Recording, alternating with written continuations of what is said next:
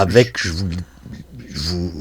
on va repartir avec la phrase dernièrement prononcée par le président Tebboune en Italie, en disant que l'Algérie et l'Italie sont prêtes à aider la Tunisie à sortir de l'impasse dans laquelle elle s'est mise. Alors, ça a fait quand même pas mal de bruit ici. Il y a eu des réactions diverses et variées, mais qu'en est-il donc de sa situation au plan international et géopolitique? Il a même dit qu'il voudrait aider la Tunisie à reprendre le chemin de la démocratie.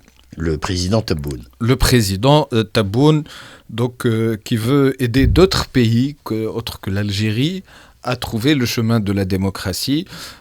S'il le connaît, il devrait le suivre lui-même pour commencer et arrêter les poursuites contre les journalistes, l'incarcération des journalistes, le muselage des voix dissidentes en général, et notamment avoir emprisonné la majorité des activistes les plus en vue du Hirak algérien. Rien que tout ça exprime que ce n'est pas tout à fait la bonne personne pour jouer le rôle qu'il voudrait s'attribuer concernant la Tunisie. Cependant, cette réplique-là, ça se comprend. Je pense que M. Tebboune ne se leurre pas. Il ne songe pas à tromper qui que ce soit au sujet de ses convictions démocratiques. Il fait preuve du contraire tous les jours.